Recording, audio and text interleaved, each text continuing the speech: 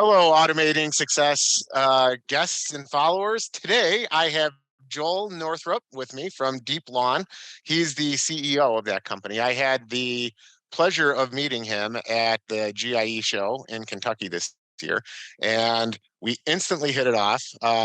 First, I have to say I was humbled when you said you heard the show and you listened to the podcast, so that was great. I love to have guests on that actually are inspired by the show. And I'm really inspired by what you're doing because I think it's a great plug-in for the industry, and it will really help people automate their success. But no one will explain it better than you will, Joel. So why don't you tell us about who you are and how you got into this and what your company does? Yeah, thank you, Joe. First of all, it's an honor to be on the show. I've been listening to it you've been around for, I think, 2 years now, right? You've been Yeah, doing it for yeah. 2 years. So I've listened to quite a few of the episodes. So yeah, it's an honor to finally be on here.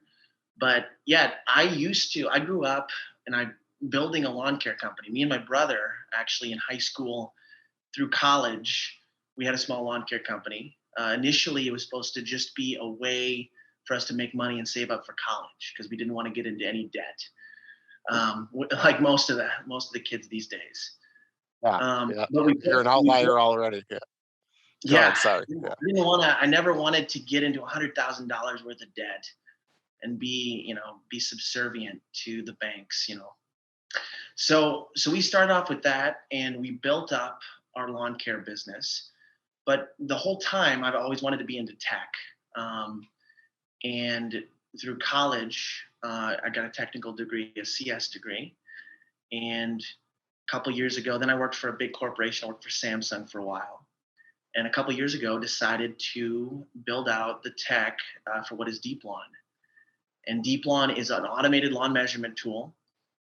So it solves a lot of problems, but really essentially just helps lawn care companies make more money. So we have tools that lawn care companies can put on their websites, and it allows them to sell their services online in less than a second. As we all know, homeowners and the public is very used to instant gratification. They love Amazon, Uber, eBay, all these companies.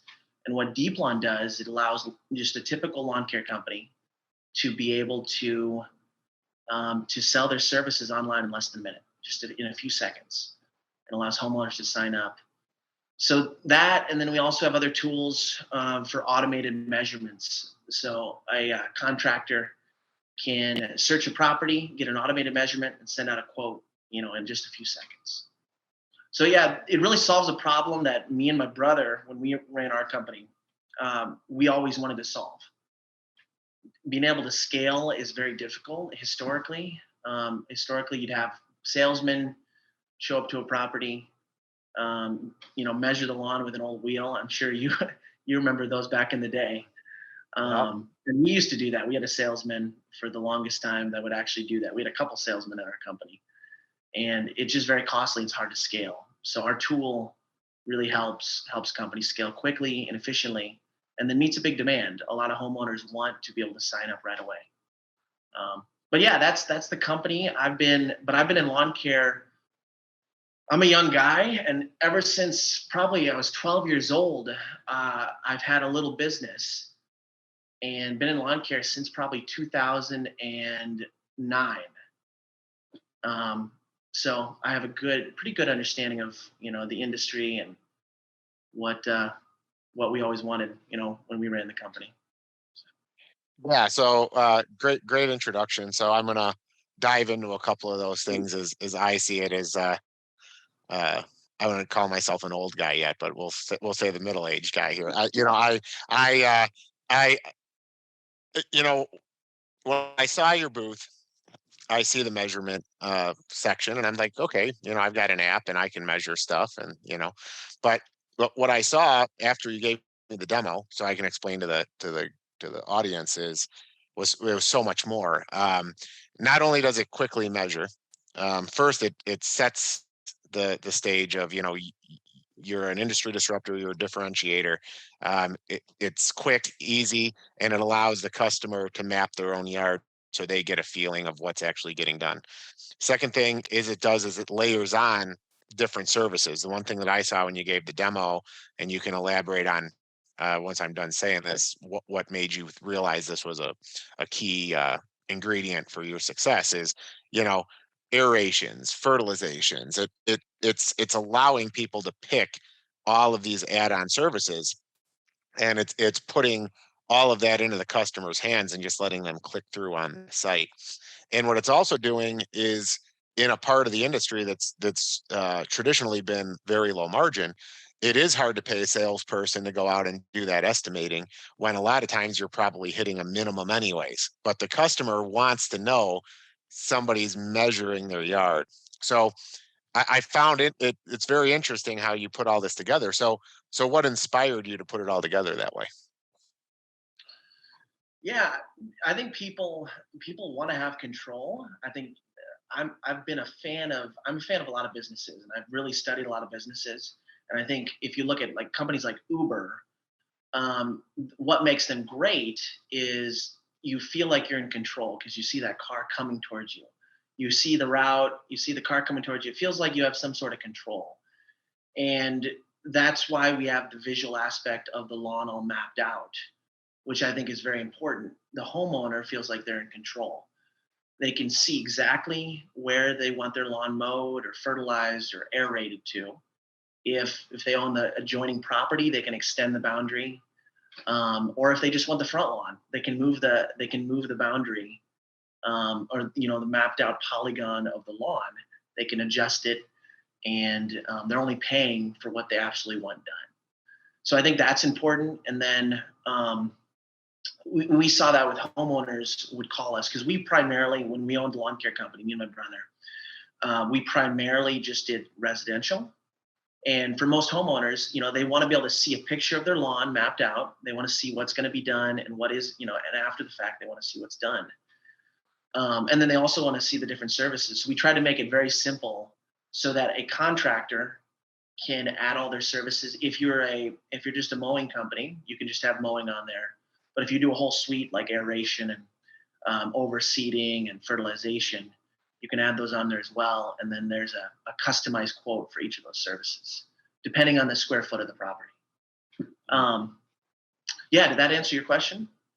Yeah, I know, totally. Well, and I mean, I got to tell you, and I'm sure when you started doing this, you were not like, oh yeah, this is going to plug right into automatic robotic lawn mowing. But I mean, I've got to tell you, for anybody that follows me and you're getting into automation, this is just the next step. I mean, at the end of the day, if you can automate the quote, if you can automate the service, if you can if you can automate the billing, this is truly the industry's dream for basically, driving volume, figure out how to build your funnel, and then figure out how to take, like you said, put the customer in control, let them measure their property. When they like the price, they hit accept, and boom, you're out there, whether you're cutting grass manually or robotically, you've got a booked customer. So I think you're really onto something. So you said you went and got a degree, so in computer science, right? So you said CS, I'm assuming, right? What was your degree? Yeah, I got a computer science and statistics degree, Okay, and actually a Russian degree as well. But I usually don't tell many people about wait, what was the other degree? that. I The got a last. Russian studies degree. Oh, really? Yeah, Yeah, that was like but wait, there's more part of the whole thing. But yeah, yeah, so okay, so you put you because I feel like we are aligned in a lot of things. So you're out there, you're doing it all manually, and you're sitting here uh daydreaming of a better way. You want to be in the tech space. You go to school to be in tech. You're in school and you're doing the mowing, so you're not in debt. So now you go to school, and then I'm just wondering, without you sharing too much of your secrets, how you guys decide to put this stuff together. Just kind of give people a basic understanding of how it's going to work. Like for me, I've got some questions I want to lead you to. Like I was wondering, well, if there's tree cover, how does it figure this out? How does it know where these are at? So kind of give a little bit of an overview for doubters in the system, how your system actually works. And I'm here to tell you guys it works. I witnessed it. So.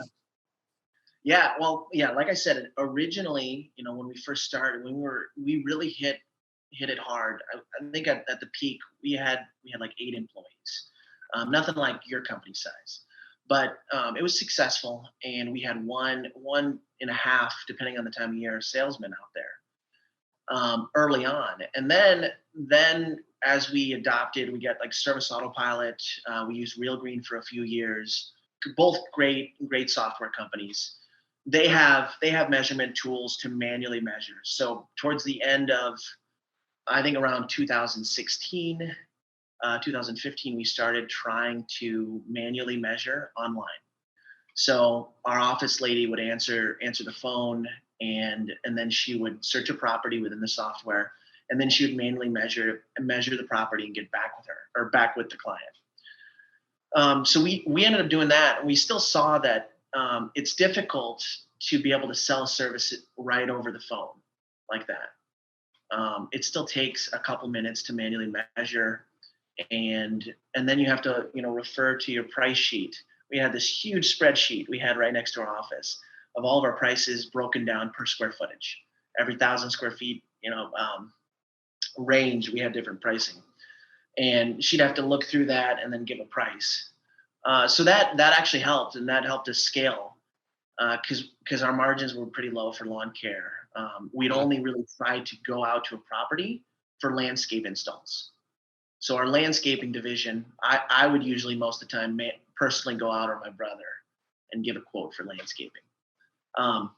But yeah, it's still though. I saw that with the way tech is going, there's so many good tools out there, and so much good research that could be used in the lawn care space. So I went to school, got the CS degree, and then did a senior project. That was part of, I kind of did like an MVP for this product. And then, since then I've been working on it and realized, there's a lot of good satellite data. So we pull from, many different sources of satellite data, and we're able to automatically map it out with AI. So just like Tesla, Tesla has a huge facility down here in Austin, and they're actually working on their AI and their battery packs down here. But they're very close to being, having fully autonomous cars, and that is considerably more complex than mapping out grass, from satellite. So yeah. So are you ever going to start? I mean, obviously, I'm in the snow industry also. So, can you essentially do the same thing for hard surfaces, paved surfaces? Could you be selling this to roofing companies to be able to see a roof of a building and measure square footage? Is there any thoughts into that, or is that a whole different challenge? No, absolutely. We have a product coming out. We have it slated for January 1st. And unfortunately, that's a little late for up north where you guys are. You're probably already going to have snow. In fact, have you already had snow yet? It already did snow. Yeah, we had our first snow last week. Yeah. So it's all gone now, but it did snow. Yeah. It looked That's impressive. why I moved down to Austin. I grew up in Iowa, in eastern Iowa. So, very similar climate to Chicago. But that's partly why I moved down to Austin. I want to get away from the snow. But yeah, we do plan either like January 1st or February 1st to launch a product within our suite of tools for snow removal companies. So yeah, that's amazing. I mean, like I said, I mean, even if what you're doing helps the estimators to be able to balance, like you said earlier, when you actually have to go out to the project and kind of screen out the serious people from the not serious people. If somebody puts in the measurement themselves and the price is too high, there's no time wasted. It just they don't accept, and it's done. So I look at the reality is there's a lot of wasted time for estimators to go out to a project that maybe there's only 2 or 3% margin in anyway. Sometimes you've basically saved a lot of people all that time. So you said you're in Iowa, so this is a good time for us to maybe go back to when you were 12 years old, cutting grass and doing the stuff you were doing. So that started in Iowa. But tell me a little about your family, your upbringing. I think you said you're doing this with your brother. So give me a little background on the family then. Yeah, I have I'm blessed to have a very amazing family. I'm actually the oldest of 9 kids. Holy cow! I'm the oldest, so I'm the oldest of 5. But yeah, 9, that's pretty amazing. Yep. So Yeah, and to me, growing up, everybody else would be like, "Man, you have a huge family," but I never thought we were that big. Honestly, yeah, it feels, you know everybody so closely. It just feels like you have a small family. But yeah. yeah, the oldest of 9, in a small town outside of Cedar Rapids, Iowa, eastern Iowa, like 200,000 people. Good, great, community, great place to grow up, except for the awful winters. And there's not much to do in Iowa, so especially in the winter. Uh, so I was big into wrestling. I was a big wrestler, which, as you probably know, in the Midwest is a big sport during the winter. Yeah. So If you, I wrestled myself for a little while also. I was you did. so what weight class did you wrestle? Well, freshman year of high school, I wrestled 103 pounds. I was just a little You're a guy. little guy. Yeah. Yeah. And I slowly got a little bit bigger every year. Then sophomore year I was 113. Junior year I was 132, and then a senior year 145. Okay. And then I actually wrestled at the University of Iowa, so I was a collegiate athlete. Oh wow, But impressive. Yeah, that's pretty good to take wrestling into college. So I did it for a short period of time. I was a heavyweight, and when I wrestled, there was no cap, so I was 240 pounds my sophomore year of high school, and I remember wrestling this guy from Olean that was 275 pounds, 6'6". I mean, basically this guy was like how I look now as a man, and yeah, just gave me a real whooping. I mean, for real, just got my ass kicked. But I was a much better football player than a wrestler. But I did do it. So I've always said it was the hardest 3 minutes of my life. Like anybody that wrestles, you have no one to blame for your successful, maybe your sparring partner in practice, but or to thank for it, But at the end of the day, it's a gut check time when you're out on that mat. So yeah, I know you've got a real deep basically work ethic and core. So it doesn't surprise me you're successful. yeah. And that, if you can wrestle, you can do a lot of things in life. I think at a high, Yeah. At one a thing high I'll level. tell your audience, I didn't expect, like, I've watched, quite a few of these interviews that you've done and listened to you, but I didn't expect you to tower over me in person. In real life, you're like, I don't know, you're like 6'6" or 5'5", something like that. Yeah, I'm 6'4". Maybe the boots I was wearing that day made me look 6'5". But yeah, I'm 6'4". Yeah, most people actually when they meet me in person, they don't expect me to be as big a dude as I am, I guess. But Yeah, yeah. good. That's a good height for football for sure. Wrestling, Oh yeah. you want to shorter. It's more of a shorter sport, and I'm not a short guy, but mostly it's shorter guys wrestling. Yeah, well, it's actually, and people listening are like, "What the hell are we talking about wrestling so long for?" But yeah, going back to that, the guy that I went up against was 6'7". So what's kind of funny looking back on it is I used my height to my advantage wrestling heavyweight because I would do, so we call it a treetop, but single leg shoot, single leg shoot, pull the ankle up to the hip, and I could usually drop a shorter guy because my hips are a lot higher than their hip height, so it would be an easy takedown for me. But I kind of it turned into I turned into a one trick pony. So I end up having to go up against this 6'7" guy, and literally I tried to pull his leg up and get it over the top of my hip, and yeah, it just wasn't happening. So it is what it is, right? You look back on it and you're like, well, everybody's got to get their ass kicked every now and then, but it is what it is. So It's good, and that's a huge part of growth. You really have to love getting your butt kicked. You have to embrace losing. that's yeah, I that's mean, how it works. that's how it works. You're not always winning. I mean, the it's funny that we're talking about sports right now because I always say, like, I can't. It's always amazing to me how many successful entrepreneurs that I talk to or interview, and we always end up finding that we have that like sport like background in common, no matter which sport it is. I mean, you learn so much about yourself, so much about working with a team. Um, so yeah, I just think it's interesting. So where'd you go to? Where'd you say you went to college in? Where'd you wrestle? What college? University of Iowa. Awesome. So how did that go for you then? I It mean, was do good. you miss it? Yeah. No. I know. Growing up or in college, I would hear from our even professors would tell me, guys, this is the best time of your life. Enjoy it. To me, I was always sit back. Wait a minute, no, that can't be the case. And overall, I was not a big fan of college. I learned a lot of good stuff. Wrestling was fun. It was a full time sport. But to me, um, college for many people is just a 4 year party, or they treat it as an insurance policy. Um, so if I were to go back, I probably wouldn't.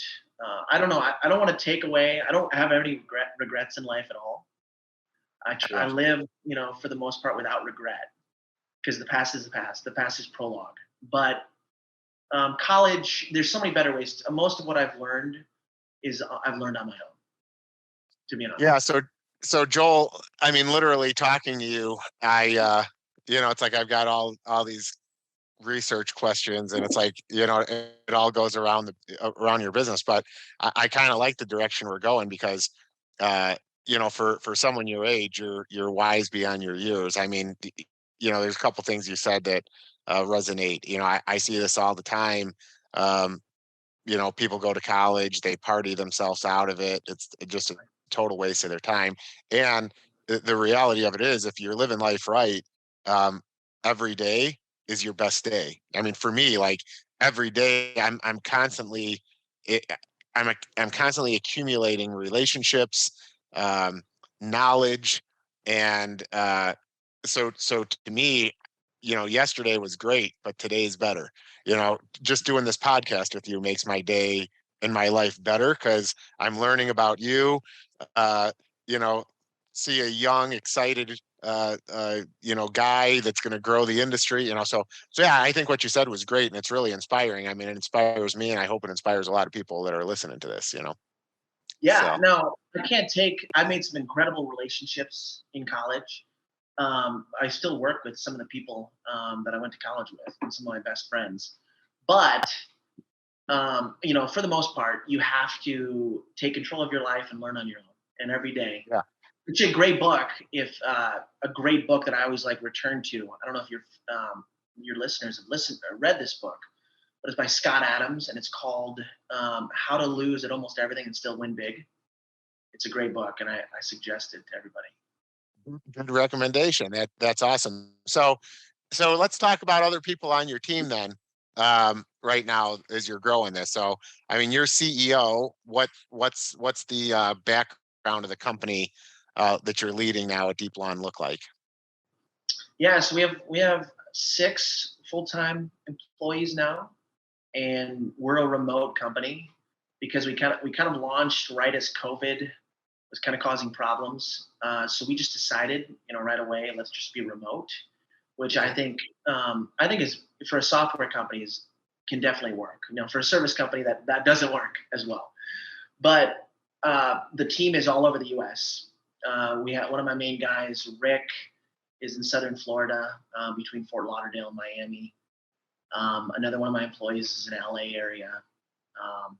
I'm in Texas. My brother is actually up in Eastern Iowa still. And then I have a few developers here in Texas helping out. But it's just your brother that's in the business with you. You Oh, said as your an brother. owner? You said your brother's up in Texas, or I mean in Iowa still. So is he part of the business, or is he just working for the business? Yeah, he's part. Yeah, he's part of it. Yeah, that's I assumed. I just wanted to clarify. So yeah, Yeah. we have because my brother's part of my businesses also. Um so yeah, a couple interesting things. Now, are they there strategically so they can see people, or that's just where they are? That's where they always lived, anyways. Because you seem to have people kind of all over, and what I would say the landscaping hotspots would be because those are my target markets right now. So Yeah, no, primarily just, those are relationships. These people have been in my life. We've worked on projects for years together on various things. I actually, a couple of years ago, I had a robotics company, a small robotics company. and that did not turn out the way I wanted it to. So I ended up selling that. But a lot of these people I met around then, um, I've just maintained relationships. And when I started Deep Lawn, I was like, hey, you want to be part of this? And I think the core team of any business is very important. It's like who do you marry? For a bit, it's just like who you decide to marry as a spouse. Who the key people are on your team as a software company or any company early on, I think set the stage for the whole future, and what's going to happen down the road. So I'm blessed to have a really good team. I couldn't agree with that statement more. And it's crazy because when you're building and scaling a company, you actually spend the majority of your time with those people. So you better like them because you're going to be around them all the time. So tell me a little about the robotic company that didn't work out, just because I didn't really know about that. And you said yourself, sometimes things that don't work out fuel other things. So, I've seen your product now. I think it's great where you're at, but what type of robotics were you into? Yeah. So I started a company, Lawn Robotics. What was it, three or so years ago? I was still running the Lawncare company, and Okay. I wanted to really automate and doing a lot of what you're doing. Honestly, our company was a Husqvarna automower dealer for a while in Eastern Iowa. No kidding. All right. So this is going to Yeah. be fun to talk about. Let's dive into Yeah. this a little bit. So Yeah. we wanted to build, essentially, we wanted to kind of do what Scythe Robotics is doing. And you had that was a great episode, by the way. So anybody that's listening, if you haven't listened to that, the CEO or the COO, co-founder of Scythe, was on here. We wanted to build, but not a mower. We wanted to build essentially what Scythe did, but for lawn spraying equipment and lawn spreading equipment. So we wanted to build like an all-electric Z spray, essentially, and we wanted that equipment to track what is sprayed on a property, and also track what is spread, and so that all that data is in the cloud. Gotcha. So you stopped working on it, or you just sold what you had that you were working on and let somebody else take it from there then? We Is that built we built a small MVP. We built out a lot of the embedded software and hardware for that. And I just was not in a place. I was graduating college at the time. I was running the lawn care company, and I wasn't in a place to really seek the funds. We were considering raising a couple $1 million, but we decided not to. And who knows? Someday I might actually pursue that again. But for yeah. now, we wanted to shift gears a little bit. So Yeah. So first of all, I think it's smart kind of what you did. There's something I'm very passionate about building also. I'll probably end up talking to you about it off show. But yeah, the reality of it is, you know, serving the market for what we have right now, right? So here, the market is growing. You can't find enough people. You can't find enough estimators to be in this industry. You have a solution for that. Same thing with me. I'm using, going back to you saying you were doing Husqvarna. Like, I get people telling me all the time, like, oh, there's got to be better ways, and they don't stripe and they don't do this and that. But the reality of it is, people just want their grass cut. The only people that care about striping lawns are guys like you or I that have been doing it since we were 12 years old. Most consumers really don't care. You take what the industry gives you. That's always been my thing. A guy like myself, I take what the industry is giving me. One day, if you make that robotic fertilizer or machine, I'm going to want to carry it at AOS. And we'll all already have had the relationship. So, it's one of the things I like to urge people to do right now. And I'm just taking this opportunity to do what the show is about is to find your path of least resistance, get into the industry, automate the industry, become profitable in the industry, because it'll just be easier to raise your capital later on because yeah. you'll be known in the industry. So I think the path you decided to take was brilliant. It was genius, and I commend you for it. So Thanks, man. Yeah. yeah. So And if you want any help getting those Husqvarnas running again out there with your lawn care company, I'm your guy. So, if you have any questions, but so, what aspect of being an entrepreneur do you probably love the most? Because, is it the fact that you can kind of make your own roadmap? Is it leading people? Like, you know, That's a good question. I would say primarily I like to move at a warp speed. So I like having a small team that moves at my speed. We're all working together towards a goal. We can, there's nobody that we can blame except ourselves. So I like carrying the blame, and I'm very I'm all for taking good risks too. So I have a good tolerance for risk. Um, I worked at Samsung as a machine learning engineer for a couple years, and you're just not, you're kind of all the bureaucratic molasses that you're stuck in. You kind of have to move slow. There's so many hoops and barriers, but when you have a small company, you can just move at warp speed, build out new products, and meet a good demand, and it's really rewarding to me. yeah, great answer. Yeah, I think I smiled when you said you like to move at warp speed because I think that that's the thing about being an entrepreneur. You have to. I wonder if you ever notice, like, when you're leading your team, that you might move at warp speed, but you can't. Sometimes you can't pull those people at warp speed. So how do you? Did you identify that earlier, or are you still in the process of identifying that? To make sure your team is happy with your warp speed tendencies. Yeah, I mean, nobody quite on my team works as quite as fast as I do, but I've been blessed with a great team, and they're all we're all mission focused. We have a singular mission, um, and desire for the company together. And I don't know, it's good as a leader to sense when maybe people are pushing it too much and just let back. So occasionally I'll just tell people, on the team, hey, let's take this weekend and Monday off. Let's just Yeah. relax and then hit a hard Tuesday. So So what are your scaling plans, right? So your team is six right now. What is your uh, kind of strategy to really scale this thing up and get as many people using Deep Lawn as possible? yeah, the plan is to get in every market, companies, lawn care companies and landscape companies using our software. So putting our widget, our e-commerce tools on their website.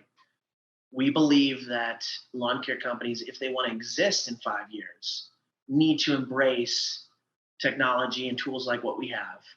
So yeah, the goal is to get in every market all over the country. We're going to be releasing the snow removal tool, and it's in the near future. I believe most companies are going to be using a software tool like ours to for automated measurements and also on their website to sell their services. So yeah, that's the And plan. Expand that market and make it easy for those companies to scale and grow. and so are you going to do that with increased salespeople? Or are you going to do that with a referral program? Like, what is your way to replicate, to get that word out? Because of course there's a lot of people to be able to see, so I'm just curious. Yeah, no, it's going to be like direct. We're going to go directly, email, call. We're going to use online. Uh, we're going to use a search engine optimization. We're going to hopefully partner. We're also partnering with a few CRM companies. So we're looking to partner with a few software companies like maybe Service Autopilot, maybe Real Green, some of those. A few companies are in the works. I can't talk about it yet. Yeah. I don't But don't don't don't share your secrets at all. Nope. So but really partner with those because we're a sales tool, and our tool is meant to help lawn care companies grow. But we don't want to be a CRM, a customer relationship management software for all these uh, companies. We want to work with these other companies and hopefully both win. Have good relationships with them, and hopefully they'll tell their folks about us. We'll tell our folks about them, and grow that. And then also, directly reach out to lawn care companies in every market. The lawn care companies that we're targeting are ones that have existing websites, that have, somewhat of a good online presence in a market. Mhm. Those are, our customers. Somebody who doesn't currently have a website, it might not be a good fit. Although, we have great estimating tools, but if they don't have a website, it's very likely they don't have, they're not at the scale. They might not be our ideal client. So, so do you mind going over? I mean, I kind of went over it a little bit, but uh, your pricing structure, so people understand what this would cost them if they did it, because I want to get the word out for you. And B, kind of take us through verbally, if somebody was doing a measure, if you were a customer, you measure your yard and kind of how it all populates out, and then how the landscaper gets their pricing in. So these are all the things that maybe you can hit on for people to understand. So I guess we'll start with somebody signs on to, Langton Group's website right now, and they start to measure their lawn. What are the things that populate? Yeah. So if a potential customer went on your website, there would be our tool. You could embed a search bar on your website that with a button that says "Check Your Lawn." So the homeowner or the customer would search their address, then they would click the button. Then there'd be a loading screen, and within a few seconds, there will be the mapped out property. So it'll show all the grass areas of that property all mapped out, and then it'll show the square footage of the lawn. If that looks good, the potential customer can click next and view all your pricing. So you, as the contractor, can decide what pricing you want to put on your website. Depending on the time of year, you might have different services, so you can, decide what you want to put on there. But they can see if you're a mowing company, they can see all of your mowing pricing, whether it's a package or whether you have just a one-time mowing fee or whatever, however you want to price it. Aeration, fertilization, whatever you want to put on there. Now, if you're not able to, a few things you're not able to probably sell in our software. You're not going to be able to sell a patio install. You're going to have to meet in person for that. But for most maintenance related lawn care services, you can put that on there. So yeah, directly within the software on your website, they can choose what they're interested in, and they can actually just pay and sign up there, right on your website. So how does the landscaper or professional put in their pricing then to your structure? So do they have to Yeah, call somebody from your team, or is it a template they add? So how does that work for them on their end? yeah. This is one thing that we feel like we're really helping the software industry for lawn care. I know from firsthand experience, a lot of the software packages and companies out there, now they're great companies. We use Service Autopilot, we used Real Green, we used both of those when we ran our company before I sold it years ago. But one of the downsides to their software is it takes probably 6 months plus to really learn how to use the software. So once you sign up for their software, one of these software companies, you're stuck. And usually there's so many barriers you never want to leave. So our software, though, we've really put a lot of effort into making it intuitive and easy to sign up. So somebody creates an account on deeplawn.com. They have a checklist they have to go through. So the first one, they fill out their company information, they put their company logo on there. The second, they choose their service area, which is very important, because if somebody in Austin, Texas is searching on your website for lawn mowing or fertilization in Chicago, you don't want that address to show up. So it's very important that you define your service area. You can draw in as granular detail as possible where you cover, and then you can create services. So within our software, it's very simple to create a service, add a description, and then you can set ranges.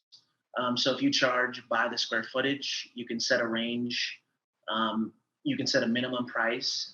If you have a minimum, like we did, every time you go out, it's a minimum of $50 or whatever. You can set that minimum, and then you can do a per 1,000 square foot price, or you can set ranges. 0 to 5,000 square feet is $55 for mowing. 5,001 square feet to 6,000 square feet is $65. and you can do that all the way up to infinity. Awesome.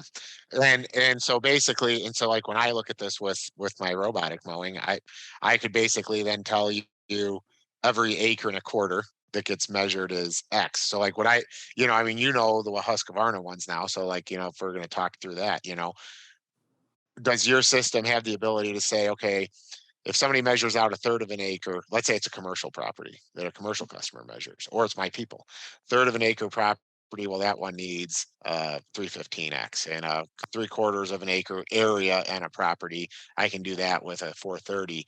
And then when I have multiple acreage, let's say I've got 15 acres altogether, um, then obviously that it's just a square footage spreadsheet calculation, right? That's kind of how that would work then for a guy like me. Yeah, yeah. I think for your application, what will help you uh, calculate and generate the boundary, because you're putting in the boundary wire. So it's important to Yes. probably know there's certain Yep. properties that might need a longer boundary. So you could, yeah, that could all be tied in, and yeah, easily, instantly, you could figure out and let the homeowner know this is the type of mower you need, and this is how much it's going to cost to install, and then whatever the monthly fee is that you guys charge. Yeah. Yeah. I mean, so totally amazing. So then how do you guys get paid? So do you have packages based on measure? Do you do per measure? How does that go right now for people wondering? Yeah, we want to make it really cost not. We don't want to make it cost prohibitive. So we have different pricing tiers, but it starts off at $40 a month. That $40 gives you 40 free searches a month. Now, and the search is a measurement. So within our system, search a property, the generated measurement comes up. So you get 40 free searches with that first tier at $40 a month, and then subsequent tiers, the price per measurement goes down. So if you're doing a huge volume a month, let's say you're doing 1,000 searches a month, then the price goes down to about 50 cents per search. So it's almost like pay per click. It's just pay per measure. You got your basic price, and what I think is amazing about this, even when we're talking about pay per click, and I don't know if you guys have looked into this or talked to it, but it's going to drive web traffic. It's going to drive traffic to the website. Just the fact that the people can go and measure there. So it's Yeah, almost like free SEO in a way, isn't it? Right? Because you're going to have driven traffic, and Google's going to see it. yeah. I guess. I mean, web presence is probably one of the most important things that a small business owner, or a lawn care business owner, landscape business owner should really spend time on. We back in the day, we were one of the first that actually did paid AdWords in Eastern Iowa, and that drove a tremendous amount of money, in sales to our company. Yeah. Now most of the big guys are doing it, but if you're not, as a lawn care business owner, if you're not putting time into making sure your website shows up on the first page of Google, then you're going to get left behind Yeah. today. Well, and I just think like this is the next step to it. So it's like, I had Husqvarna in town a month ago, and they couldn't believe that like AOS comes up before Husqvarna around here, but it's because I'm paying to drive the traffic. Um, but what's amazing is when it does come up to be able to have a system like yours on a website like mine, now it's not just a page to browse. It's Yeah. literally a page to spend time on from the consumer. The consumer's there. They can put in their yard. It's an interactive site instead of just a shopping, like browsing site. So, I mean, Oh, yeah. Yeah, 100%. There was a recent study actually that 80% of customers in the lawn care industry in the US choose the company that gives them the first estimate. So if you think about that, that's profound. You got to it make is. that really, as a lawn care business owner, you have to figure out how are you going to convert that lead or that web page visitor to a client. And if you don't Yes. do it quick, they're going somebody else. They're going to go with one of the giant companies in your area or one of the multinational firms. Yeah. Yeah. No, like I said, I mean, you know, there's a reason, like I said, for people to understand listening. you know, I'm a GIE and I'm seeing all these, all these people trying to manufacture robotic mowers now. And, you know, nothing against any of those people, but, everybody now is trying to make another robot, so in 5 to 10 years, it's just going to be like zero turns. There's going to be 20 of them to choose from. It's just going to be what color machine do you like better? And that's what you're going to run. Right. But, but when I saw your booth, I thought, wow, they're really onto something because you can get a quote out quickly. Um, there's going to be a huge shift in this industry for the people Yeah. like myself that are doing this robotically and automatically. And that same consumer that I want to attract is going to also want to automatically get an estimate. Yep. Like the person that wants a robot in their yard or is okay with the robot in their yard is likely the person that doesn't care if they talk to a person or not. They just want to know how much it's going to cost. They want to know it quickly because they have zero patience to deal with any bullshit. And that's what it is, and that's what you're doing. You know. Yep. Oh yeah, all of the people that, because we were a dealer for Husqvarna years ago. All the people that are buying those Husqvarna mowers, they own Teslas, or they're looking at buying an electric car. They're all into high tech. They have those ring devices that, they have cameras on their property. These are people that are used to high tech. So yeah, Yeah, and they're anybody just that going to you, go online and or they're ordering on Amazon. yeah, That's the person. They're not going to the grocery store. So so the so I mean, usually I ask people if they, how they're going to keep building on the platform, but I I actually think this is the type of platform where you can just stay hyper focused, right? Stay hyper focused on measurement. There's really not that much you have to build onto it. Am I right in your thought on that, or are there some things up your sleeve that you think you can build this out even more?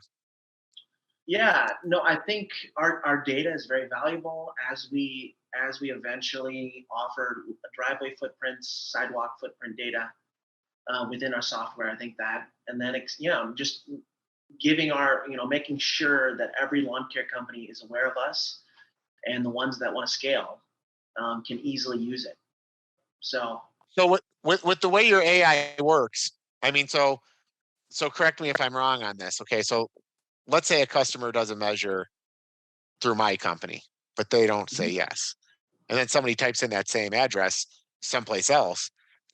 Are all this data, every time somebody does a measure, does it actually make your measurement process go faster and faster? Because once you've got the data, I'm just assuming this, right? This is not my area of expertise, but I would assume the more measurements that start to come through your system, the faster the measurements become, correct? Or is Oh, that not the tremendously. case? Yeah, we're always improving the speed of our software. So yeah, speed, and then also, yeah, if the same property gets measured, it's already in our database, and it's immediate. So there's no machine learning model that needs to go through that. Now we do occasionally, like every 6 months, we'll go through and update the data.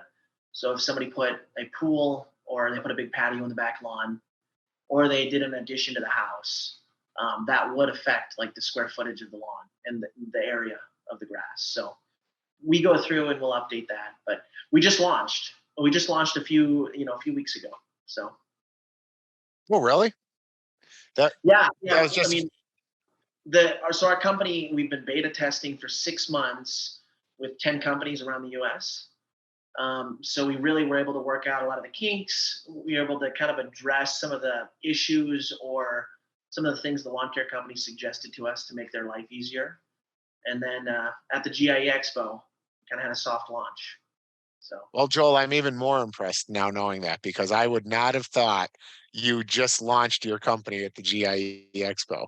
So yeah, I'm telling you, I'm really impressed with what you guys are doing, and I think that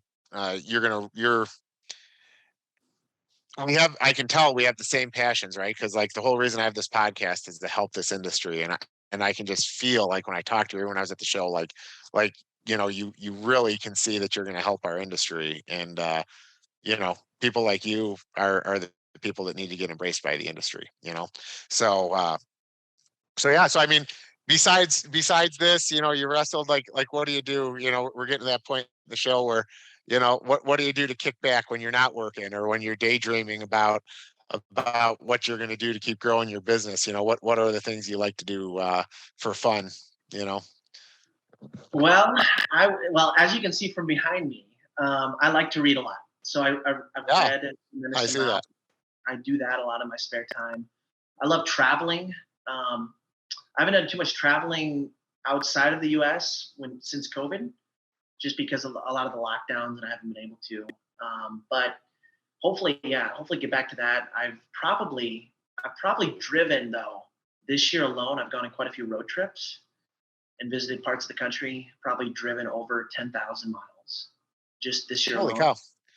So, So where are your favorite places that you have visited or places on your bucket list that you want to visit? oh, this year, or you just in general? Whenever you can, like what are you itching to go see right now? I love the Mediterranean. So I've spent some time in southern France, Italy, along the Italian Riviera. I've spent time in Greece, in Israel. All those are just amazing countries. I speak a little bit of Russian, so I've been in Russia. I lived there for 4 months years back, but I love Russia, so I want to visit Russia again actually. So Oh, yeah, you're very well traveled. So, yeah, I mean, I enjoy traveling myself. I actually just came back from Puerto Rico. It's kind of, I don't know. I'm interested, now knowing that you like to travel. It's kind of one of my whys or my reasons to make what I'm doing national. yeah, Because I know I'm so grounded and like tethered to my career that if I go if I go grow markets, I'll see the country. Are you kind of that same type of person? yeah. No, I love to. I always use an excuse to visit a customer or visit Yeah. for a little trip. I love traveling.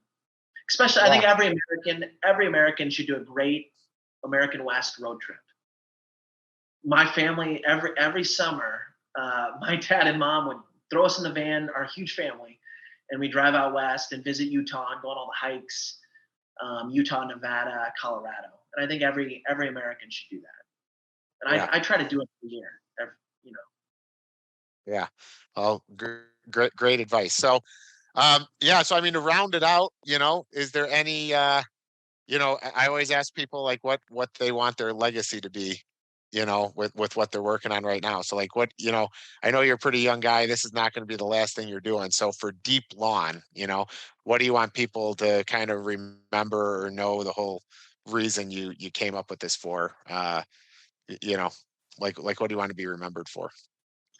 yeah. I guess I haven't really thought much about that, but I do think Deep Lawn and the software that we built is going to really dramatically change lawn care as we know it in the next 5 years.